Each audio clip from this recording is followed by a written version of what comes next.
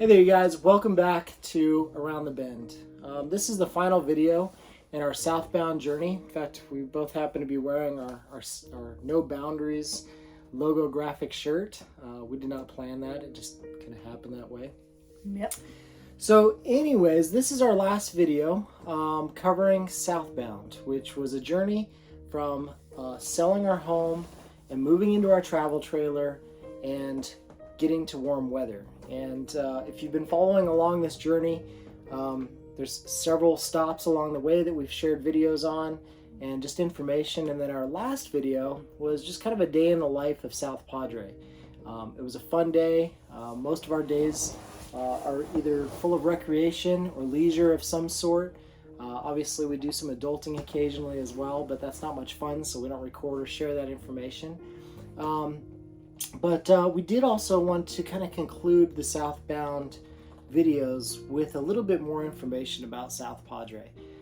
We had never heard of South Padre Island. We just followed a line from Westminster, Colorado south because we knew that the further south we went, chances are it would be warmer down there, and so we wanted to spend the rest of the winter in flip-flops and shorts, and we actually achieved that as soon as we landed in South Padre. So we wanted to share a little bit of information. First of all, we wanted to tell you a little bit more about where we stayed. We stayed at a KOA on the southern tip of the island. The island itself is 113 miles long. It starts at about Corpus Christi, Texas, and travels all the way down south to Port Isabel. Now, on the western side of the island is kind of an intercoastal, also known as Laguna Madre.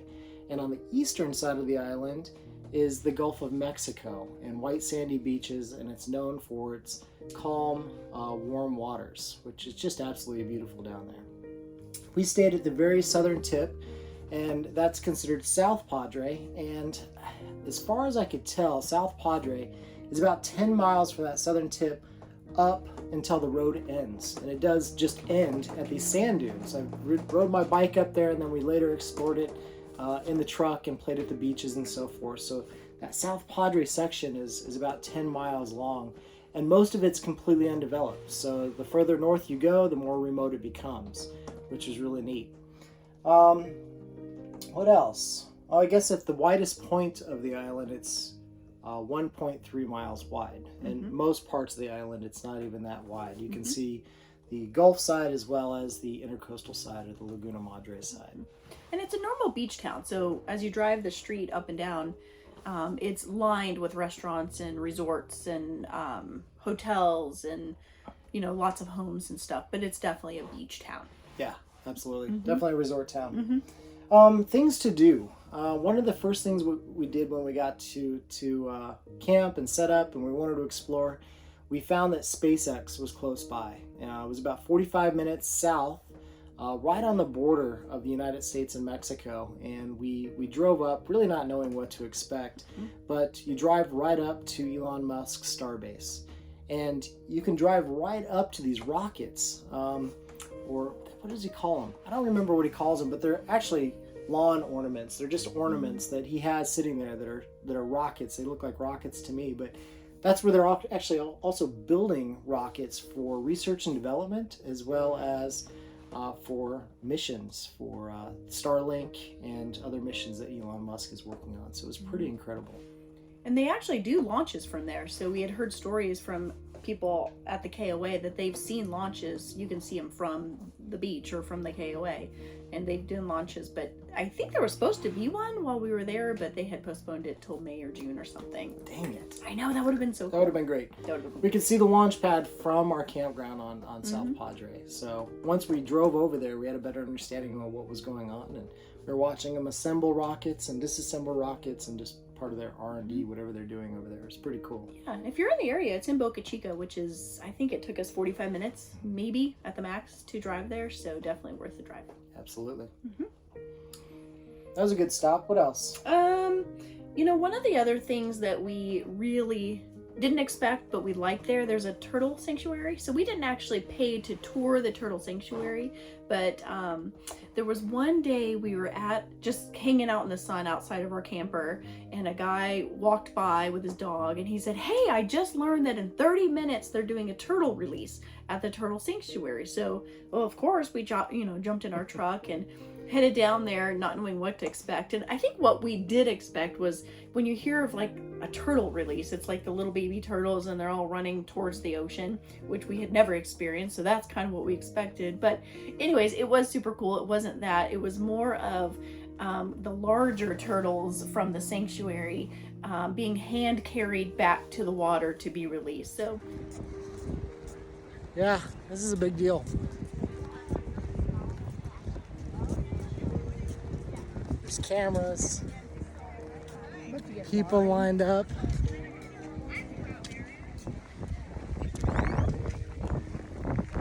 So it looks like they have kind of this path set up where the turtles are going to be escorted to the sea. There's a lot of people up close to the convention center, but I suspect, and I've been known to be wrong before, that they're probably going to be released closer to the bay or to the ocean. So maybe we'll kind of crawl down that way, see what happens.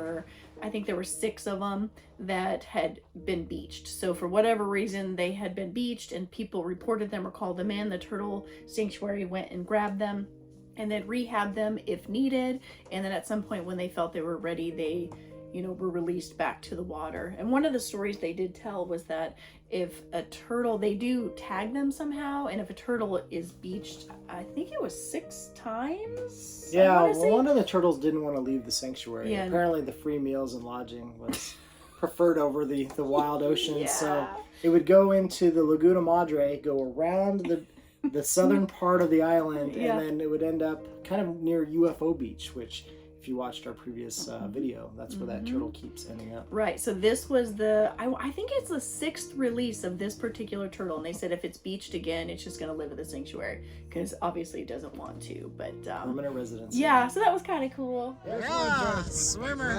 Swimmer. Shabata's ready to go. See you, Shabata. Good luck out there, buddy. Godspeed. I would say the highlight of South Padre Island was the beaches. I mean, let's be real.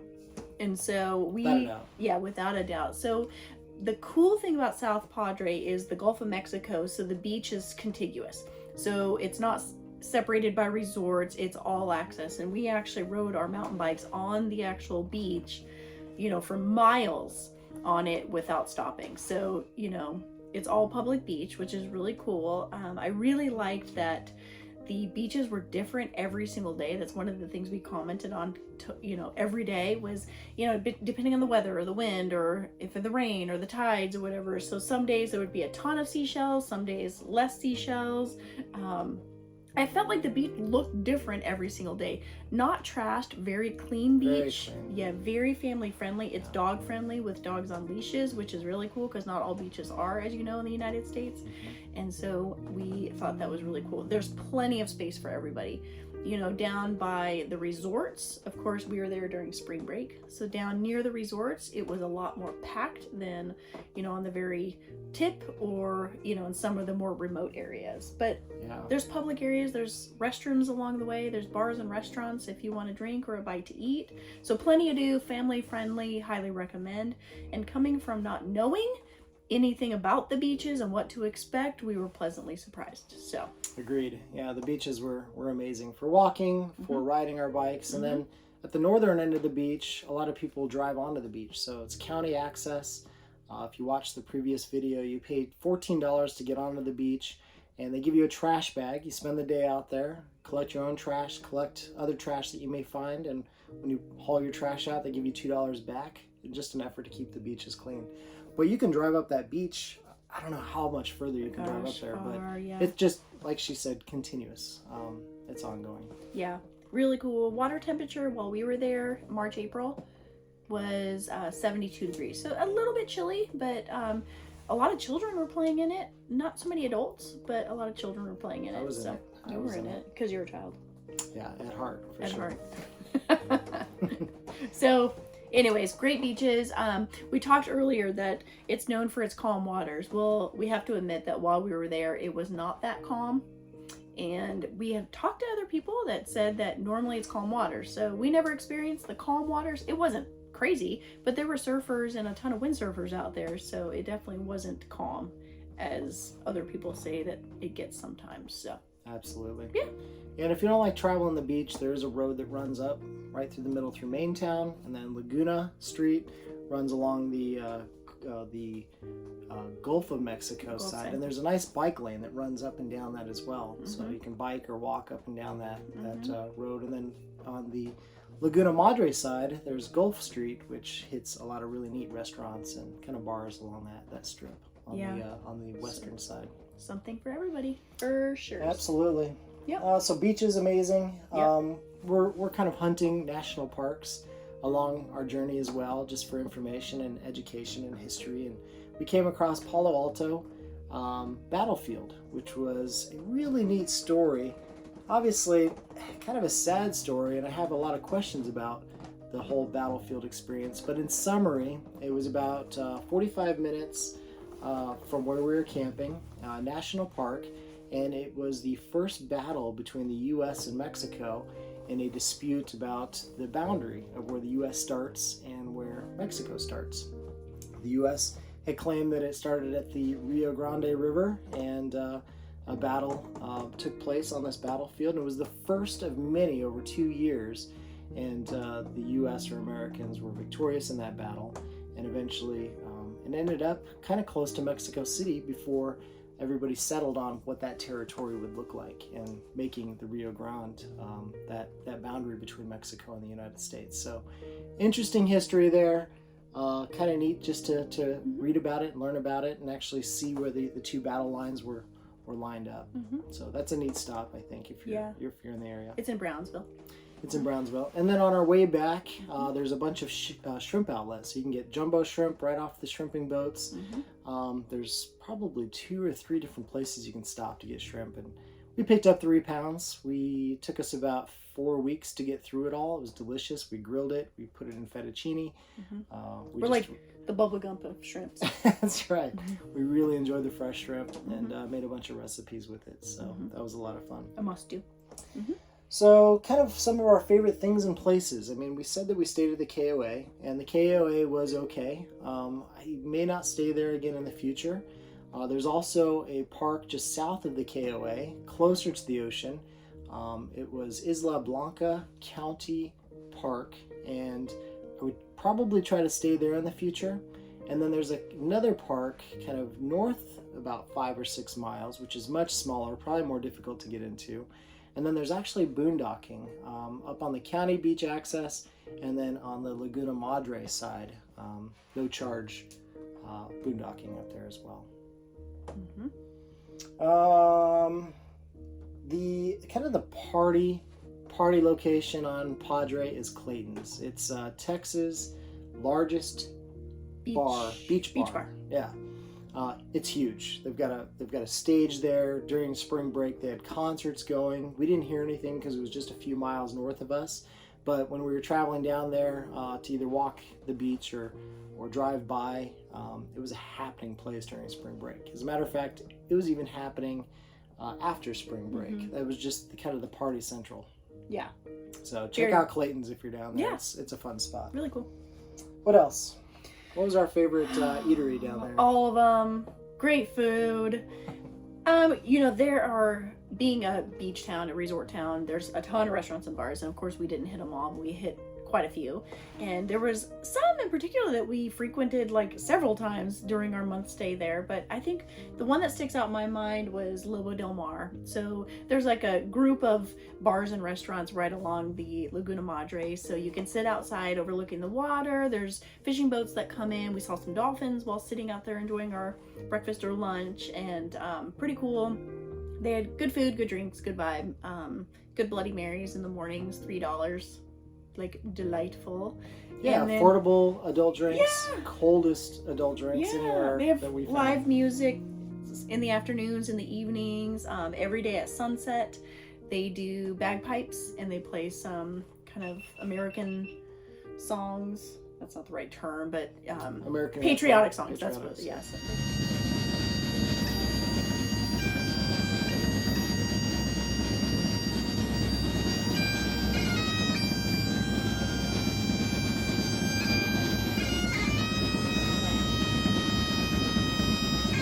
We happened to be there and watched the bagpipes on Drew's birthday in April, so they actually did happy birthday on the bagpipes to him.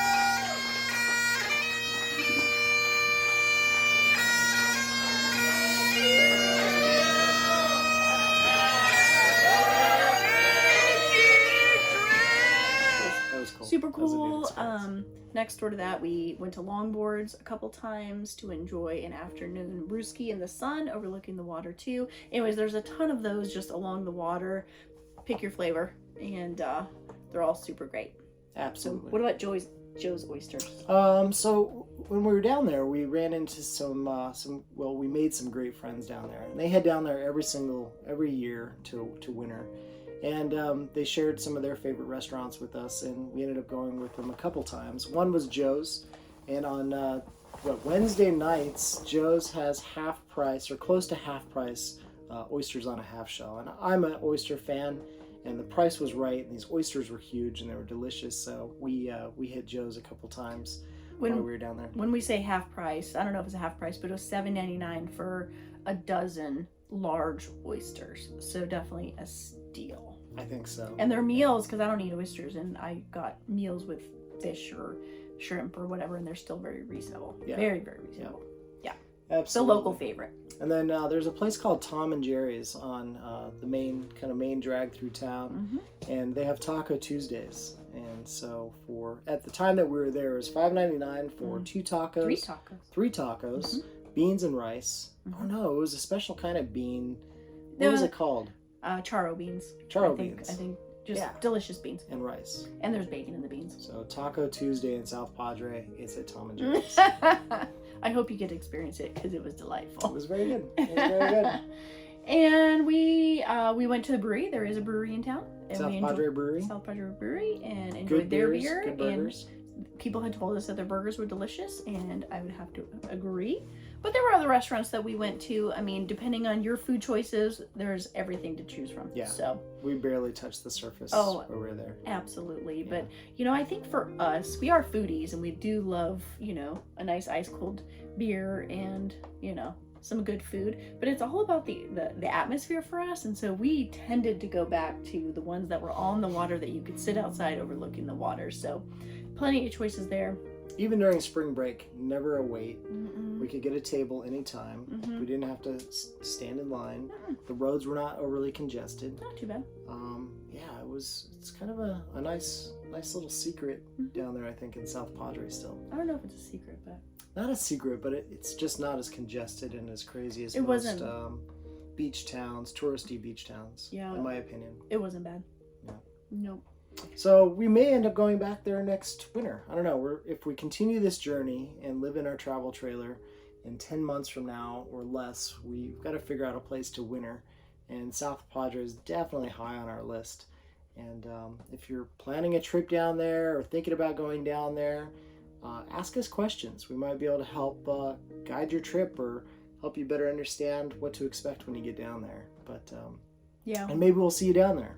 Yeah. We enjoyed ourselves, and we were sad to leave. We do miss our beach walks. So we're a couple weeks behind in recording this. So we left a couple weeks ago. We're heading eastbound now, so we're in a different location now, but we miss our morning beach walks for sure. We spent a Definitely. lot of time at that beach. But there's some good stories to tell here on our eastbound journey, so stay tuned as new videos are going to be released as we can. Usually we're putting these together when weather is poor or we can't get outside, just because most of our time we're exploring and outdoors. So. Which is how it is today. Yep. In the location we're at in Louisiana, it is pouring down rain. So until next time, thanks again for following. Be sure to subscribe, be sure to like, comment, and share. Yeah. We appreciate you guys. Thank Cheers. you.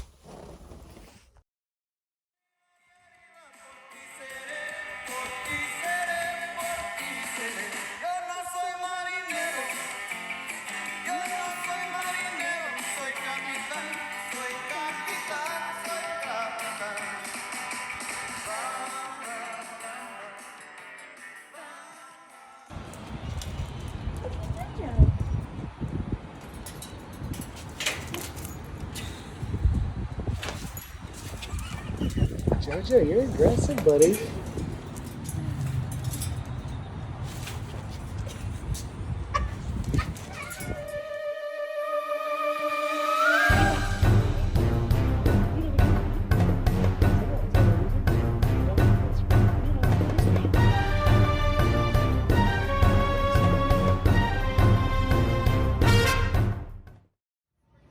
Drew, what are you doing? I'm finalizing our video. Final draft, watching it through, make sure there aren't any errors or issues with it. And hopefully gonna publish it tonight. I know. What are you doing? Filming you watching a video that you might publish tonight.